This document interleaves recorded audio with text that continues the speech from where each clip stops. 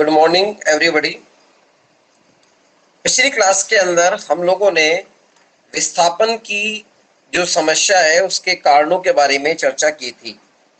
हमारी इस क्लास के अंतर्गत हम एक नए बिंदु के साथ लेके आ रहे हैं कि विस्थापन के दुष्प्रभाव क्या होते हैं। इन दुष्प्रभावों का हम अध्ययन 6-7 बिंदुओं के माध्यम से करेंगे। मैं आपके यहाँ एक स्क्रीन शेयर कर रहा हूँ पीडीएफ के माध्यम से, और इस पीडीएफ के माध्यम से हम जो आपकी स्क्रीन पर अब शो हो रहा है, जो हमारा आज का बिंदु है विस्थापन के दुष्प्रभाव। देखिए, डिस्प्लेसमेंट या विस्थापन के बारे में हम पहले से समझ चुके थे। इसका अर्थ हमने निकाला था कि एक लंबे समय तक लोगों का समूह किसी क्षेत्र विशेष में या भौगोलिक क्षेत्र में रहता है और कोई पर्यावरण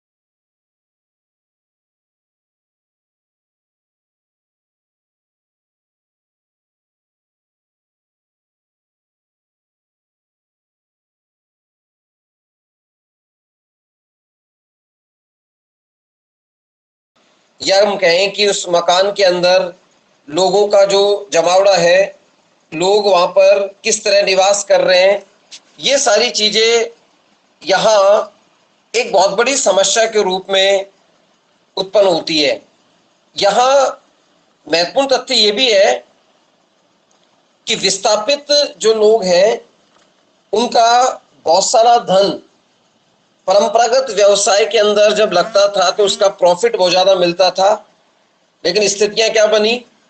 स्थितियां ये बनती हैं कि व्यक्ति आत्मनिर्भरता से आश्रितता में आ जाता है। आजीविका उपार्जित करने का जोखिम उसके सामने रहता है। कृषि कार्य जो पहले करता था अब वो नहीं कर सकता। ग्रामीण क्षेत्रों में उसके सामने तनाव बहुत अधिक होते हैं। नए स्थानों पर अरुचिपूर्ण व्यवहार भी हो सकता है। और स्त्रियां जब घर से बाहर निकलती हैं तो उनके अंदर एक असुरक्षा का भाव रहता है। वो लोग अपने आत्मसम्मान के साथ निवास नहीं कर सकते। आदिवासी क्षेत्रों में तो विशेष स्थितियां परिवर्तित हो जाती हैं। नए व्यवसाय से संबंधित विशेषीकरण का लाभ नहीं मिल पाता। कृषि कार्य में जिन ग्रामीण जीवन में आत्मनिर्भरता थी उसका स्थान लोगों पर आश्रित होने पर आ जाता है, क्योंकि नई जगह पर नई वातावरण में वो अपने जीवन यापन को विधिवत नहीं कर पाते। नेक्स्ट है मुआवजे का दुरुपयोग। देखिए, जब किसी को अचानक बहुत सारा पैसा मिलता है तो वो नियोजित तरीके से उसे खर्च नहीं करता और सैद्धांतिक रूप से वो क्षतिपूर्ति मिल तो जाती है, लेकिन वो मोटा पैसा फालतू वैभव में खर्च हो जाता है। उस राशि का रचनात्मक कार्यों में उपयोग कम होता है। व्यक्तियों के सामने कठिन समस्या उत्पन्न हो जाती है। यदि गांव की भूमि पर संयुक्त परिवार का स्वामित्व होता है तो मुआवजे की राशि विभिन्न सदस्यों में बंटवारा हो जाने के कारण कोई लाभपूर्ण उपयोग नहीं मिल पाता। जैसे मान लीजिए किसी पिता की जमीन है, सरकार ने 1 करोड़ रुपया दे दिया, मान लो उसके 7 बेटे हैं 8 बेटे हैं, तो आप समझ लीजिए कि उसको 12, 13, 15 लाख से ज्यादा नहीं मिलेगा। 2, 4 लाख वो वैसे ही खर्च कर देता है वैभव प्रदर्शन में, सोमनियों में, धार्मिक कार्यों में, आयोजनों में, और बाकी पैसे से उसकी ऐसी स्थिति नहीं बन पाती कि वो अर्थोपार्जन के अच्छे क्षेत्र को विकसित कर पाए। ऐसी स्थिति में ये भी सच है, कई बार उस राशि के बंटवारे को लेकर झगड़ा वगैरह भी हो जाता है, हिंसात्मक घटनाएं हो जाती हैं। और ग्रामीण क्षेत्रों में तो इतनी ज्यादा परंपराओं की प्रधानता है कि व्यक्ति उस मुआवजे की राशि का उपयोग अनेक अनुत्पादक कार्य जैसे कर्मकांड करना, तीर्थ यात्रा करना, शादी विवाह में अनावश्यक खर्च करना, दान दक्षिणा दहेज देना, या बुरी संगति में पड़ जाने के कारण कई बार वो नशे की ओर अग्रसित हो जाते हैं, जुआ खेलने लगते हैं। ऐसी दशाओं के बीच में अर्ध विस्थापन जो है वो पूर्ण विस्थापन में बदलने लगता है। अंतिम अगले बिंदु के रूप में है विरोधपूर्ण गतिविधियों में वृद्धि होती है। देखिए, समाजशास्त्रियों के द्वारा यह अनुभव किया गया है कि जैसे जैसे ग्रामीण क्षेत्रों में जागरूकता बढ़ रही है, विस्थापन के फलस्वरूप आंदोलनकारी गतिविधियों में वृद्धि होने लगती है। इस तरह के आंदोलन होते हैं कि जिसके अंदर जमीन देने के लिए तैयार नहीं होना, अधिक मुआवजे की मांग करना, सरकार की विस्थापन संबंधी नीतियों का विरोध करना, घोषित लक्ष्यों के अनुसार अधिकृत भूमि का उपयोग न करने के संबंध में आंदोलन किए जाते हैं। और ऐसी दशाओं में कुछ राजनीतिक दल अपना लाभ प्राप्त करने के लिए ग्रामीण लोगों को प्रोत्साहित करते हैं। तो ये भी एक दुष्प्रभाव है। जैसे आप उदाहरण से समझिए, बॉम्बे और दिल्ली के बीच में हाईवे का निर्माण हो रहा है। अब उस हाईवे के निर्माण में कई ऐसे लोग भी हैं जिनकी जमीन आ रही है और उनको बहुत पैसा मिलने वाला है, इस पे पॉलिटिक्स हो जाती है। कुछ लोग चाहते हैं कि हमारे गांव में होके ना निकले और कुछ चाहते हैं कि हमारे गांव में से निकले, क्योंकि मुआवजे की राशि सबको मिलनी है। ऐसी स्थिति में कई बार मुआवजा कम है, धरना प्रदर्शन चालू हो गया, जिससे सरकार की उस योजना में डिले होता है, लोगों को पैसा समय पे नहीं मिल पाता। कई बार सरकारी व्यक्तियों पर भ्रष्टाचार के आरोप लगा दिए जाते हैं कि इन्होंने तो पैसे लेकर हमें कम ज्यादा कर दिया, हमारी जमीन ज्यादा आ रही थी, कम पैसा मिला। डिस्प्यूट उत्पन्न करना, ये राजनीतिक दल जानबूझ के डिस्प्यूट उत्पन्न करते हैं जिससे लोगों को असुविधा हो, लोगों को प्रॉब्लम हो, और वो लोगों के सामने ये कह पाए कि हम तो पहले ही कहते थे कि ये राजनीतिक एजेंडा है और ये सड़क निर्माण के अंदर कहीं ना कहीं धांधली है, कहीं ना कहीं केंद्र सरकार भी इसमें जिम्मेदार है। इस तरह के आरोप लगा दिए जाते हैं। ऐसी स्थिति में राजनीतिक दल ग्रामीणों को प्रोत्साहन करते हैं, फालतू का नाटक, हल्ला, धमकी भरे अंदाज में व्यवहार करना, प्रदर्शन किए जाते हैं, जो कि इसका नेगेटिव सेंस पैदा करता है। अगला बिंदु है दुर्बल वर्गों पर प्रतिकूल प्रभाव। इसका मतलब है कि जो हमारे वंचित लोग हैं, दलित लोग हैं, दुर्बल वर्ग है, उनके पास पहले से ही खेती की जो जमीन है वो कम है, उनके हिस्से हो जाते हैं। ये भी एक समस्या रही है। जब किसी क्षेत्र की भूमि का अधिग्रहण सरकार करती है तो गांव के प्रभावशाली जाति समूह किसी न किसी प्रकार की आजीविका के दूसरे साधन प्राप्त कर लेते हैं, लेकिन जो SC ST के लोग हैं, दुर्बल वर्ग है, उनकी स्थिति में प्रतिकूल प्रभाव पड़ता है। जनजातियों के जीवन में विस्थापन से समस्या उत्पन्न होती है, उनके रहने के ठिकाने छिन जाते हैं, महिलाएं बच्चे असुरक्षित हो जाते हैं, उनको काम करने के लिए घर से निकलना पड़ता है, और नैतिकता का खतरा उनके सामने पैदा हो जाता है, क्योंकि कहीं न कहीं उनके साथ शोषण होता है। इन वर्गों के लोग जब नगर की गंदी बस्तियों में रहकर अपना जीवन व्यतीत करते हैं तो गंदी बस्ती की जो समस्याएं वो भी उनको एज ए गिफ्ट मिल जाती हैं। इस तरह दुर्बल वर्गों पर ज्यादा प्रभाव देखा जाता है। अगले बिंदु के रूप में सामुदायिक संपत्ति से वंचन की बात आती है। देखिए, जब विस्थापन होता है तो विस्थापन का एक मुख्य परिणाम अगर हम समाजशास्त्रीय आधार पर देखें तो किसी समूह अथवा समुदाय के जीवन में सामुदायिक संपत्तियों से पृथकता का रूप देखने को मिलता है। सामूहिक जीवन की पृथकता का मतलब है एक गांव का स्कूल, उस खेल का मैदान, मनोरंजन का केंद्र वो छिन जाते हैं। हो सकता है पहले जहां वो रहते हो वहां किसी पीपल के पेड़ के चारों ओर बच्चे खेलते हो, अब उनको ऐसी जगह रहने का अवसर मिल रहा है कि हाँ कोई पेड़ नहीं है, बच्चे धूप में बीमार हो रहे हैं। ये हो गया सामूहिक संपत्ति का वंचन। गांव के स्कूल के खेल के मैदान में बच्चे खेलते थे, उनका शारीरिक और मानसिक विकास होता था। अब नए क्षेत्र में जा रह रहे हैं वहां पर बंजर भूमि है, पथरीली भूमि है, लोग गिर रहे हैं, उनको चोटें लग रही हैं, लोग बीमार हो रहे हैं, उस सामूहिक संपत्ति का वो उपयोग नहीं कर पा रहे। ठीक इसी प्रकार जो लोग गाय गाय भैंस पालते हैं, पशु पालते हैं, उनके लिए सबसे बेस्ट क्या था कि प्राकृतिक को जल का स्रोत हो, को चरागाह हो, ऐसी स्थिति हो वहां पर वो ढंग से खा पी पाए। लेकिन विस्थापन के बाद उनको अपने पशुओं को रखने के लिए दिक्कत आती है, उनको कोई चरने का स्थान नहीं मिल पाता, उनको जल के कोई स्रोत उनको नहीं मिल पाते, और ऐसी स्थिति में वो व्यक्ति उनके लिए कृत्रिम व्यवस्थाएं करता है और वो पशु प्राकृतिक जीवन से विलग हो जाते हैं, अलग हो जाते हैं। इन दिशाओं के बीच में उनके सामने भरण पोषण की बहुत बड़ी समस्या आती है, उनके संसाधन कम हो जाते हैं और वो नई दशाओं में अपना अनुकूलन नहीं कर पाते। स्पष्ट है, ये विस्थापन एक ऐसी समस्या है जो प्रभावित लोगों के सामुदायिक, सांस्कृतिक, आर्थिक तथा मनोवैज्ञानिक जीवन को सीधे सीधे प्रभावित करती है।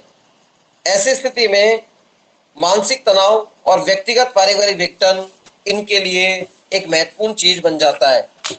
यहाँ इस स्लाइड के माध्यम से मैं पुनः आपको थोड़ा रिवाइज करा दूं कि जो विस्थापन है इसके दुष्प्रभाव की जब हम चर्चा करते हैं तो आपको पहले बिंदु के रूप में समझना होगा कि डिस्प्लेसमेंट की वजह से सामाजिक और सामूहिक विघटन होता है। भाई विघटन का यहाँ पे अर्थ क्या है?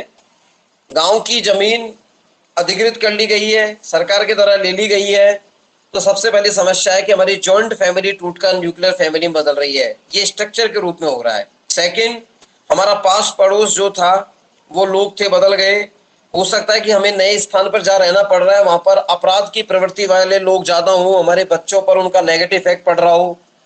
जिस स्थान पर हम लंबे समय से रहते आ रहे हैं वहां की संस्कृति हमारी संस्कृति के साथ मिलती जुलती थी, हम वहां सहभागिता दिखा रहे थे, अब हमें ऐसे लोगों के बीच में रहना पड़ रहा है जो कि पहले से रह रहे हैं, उनके बीच में है, आपको पुनर्वास करने के लिए रखा गया है।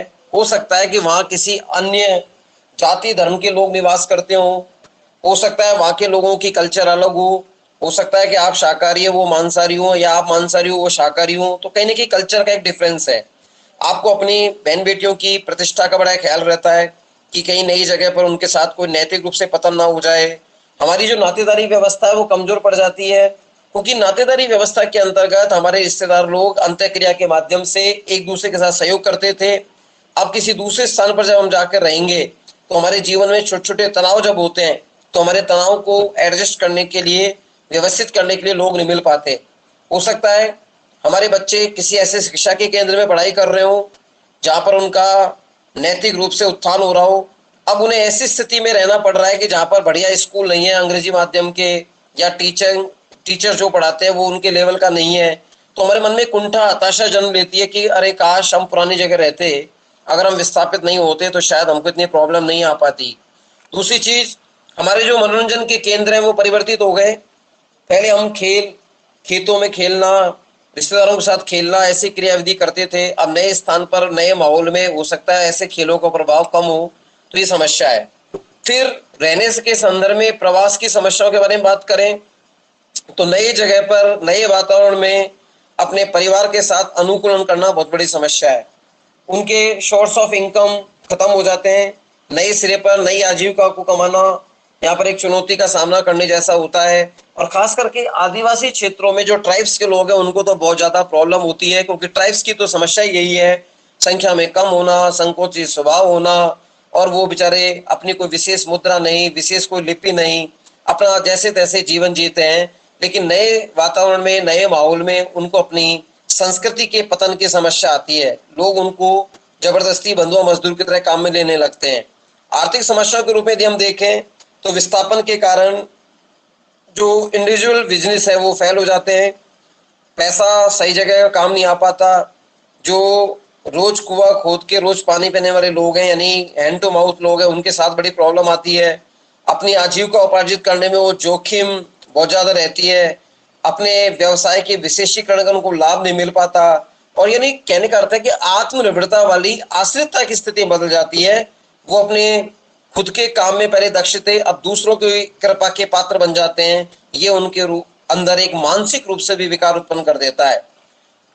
अन्य समस्या के रूप में हम देखें तो मुआवजे का जो दुरुपयोग है वो होता ही है। कहते हैं ना कि अचानक पैसा मिल गया, पच नहीं रहा और वो उल्टे सीधे कामों में खर्च कर रहे हैं, या तो धार्मिक कर्म कांड सोमनियों में खर्च कर दिया, जुआ खेलने लग गए, शराब पीने लग गए, या वैश्यवृत्ति पनपने लगी। तो कहने का मतलब नेगेटिव सेंस के अंदर उनका धन बहुत खर्च होने लगता है। कुछ लोग गांव की पॉलिटिक्स के माध्यम से विरोधपूर्ण गतिविधियों में वृद्धि कर देते हैं, जिससे कि काम डिले होता है, क्योंकि सामने वाले का नुकसान हो रहा है और जो आनंद लेने वाले होते हैं राजनीति पार्टी के लोग, वो बीच में आनंद लेते रहते हैं। तो छोटे स्थानों पर ऐसी पॉलिटिक्स बहुत ज्यादा देखी जाती है।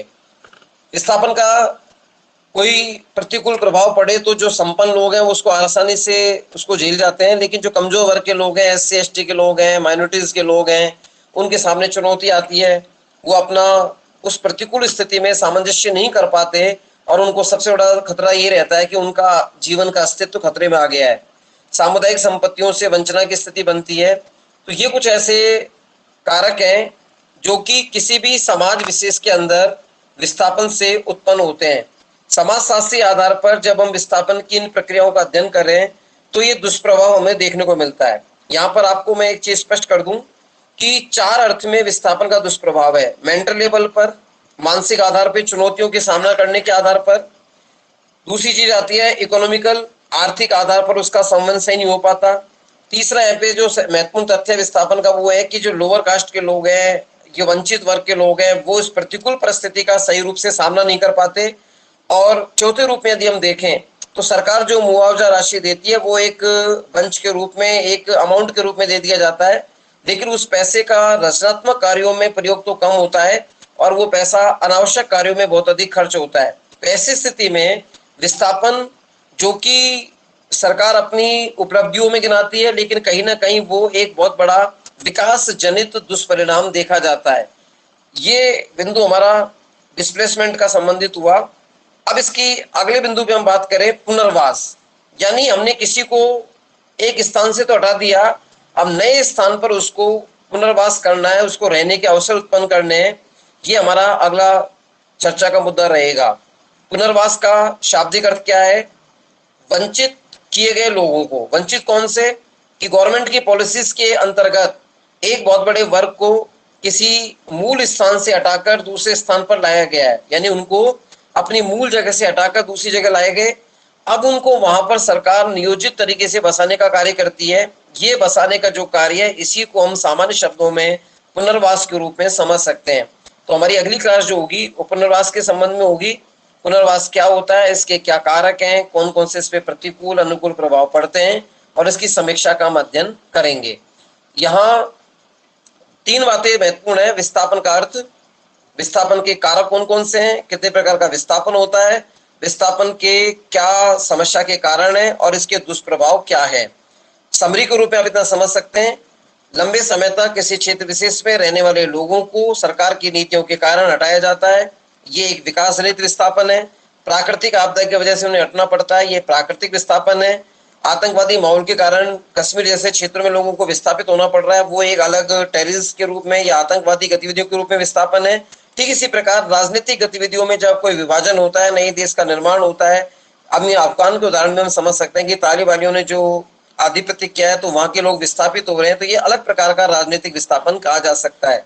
इस अर्थ में विस्थापन को अपन को समझना है। और उसके अलावा सरकार उनकी मुआवजे की राशि जो देती है, सरकार के द्वारा उनके लिए जो चिन्हित किए जाते हैं, हमारे सोशल स्ट्रक्चर के रूप में जॉइंट फैमिली टूट रही है, जजमानी व्यवस्था समाप्त हो रही है, नातेदारी व्यवस्था का अंत हो रहा है, ये सब विस्थापन के दुष्प्रभाव के रूप में देखे जा सकते हैं। आप इसको रिकॉर्डिंग वीडियो को सुनकर समझने का प्रयास करना। अगली क्लास में हम पुनर्वास को लेकर अपनी क्लास को निर्धारित समय पर स्टार्ट करेंगे। धन्यवाद।